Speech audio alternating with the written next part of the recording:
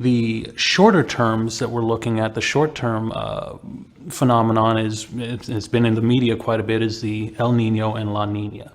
And the El Nino basically has come to an end. It ended about 2 weeks ago. And we had a full year of El Nino weather, and before then we had a full year of El Nino style weather.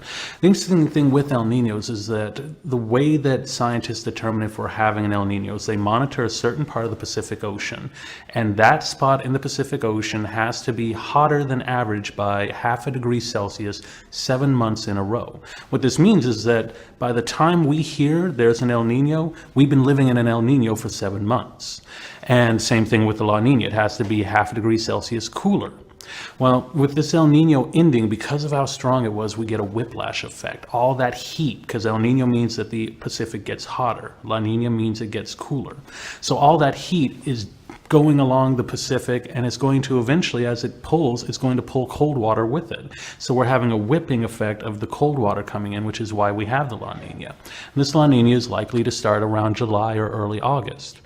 Now, the El Nino, when it comes to looking just investments, one of the easiest things to look at when we look at weather and we look at investment opportunities is commodities, because commodities oftentimes deal with agriculture and weather. That's how people think: weather, rain, farming, agriculture. So when we look at that, El Ninos almost always bring lower prices for commodities because we are able to grow more product, we're able to increase demand usually, and so therefore the prices get lower because there's more available. We have higher yields. The La Nina has the opposite effect. Normally when we have a La Nina, we have less rainfall, and this is primarily North America and South America. And with less rainfall means we have lower crop yields, and which means we eventually have less supply. Less supply means we're going to have a rise in prices eventually.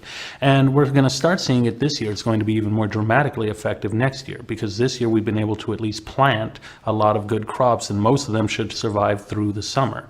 Next year is going to be dry during planting season.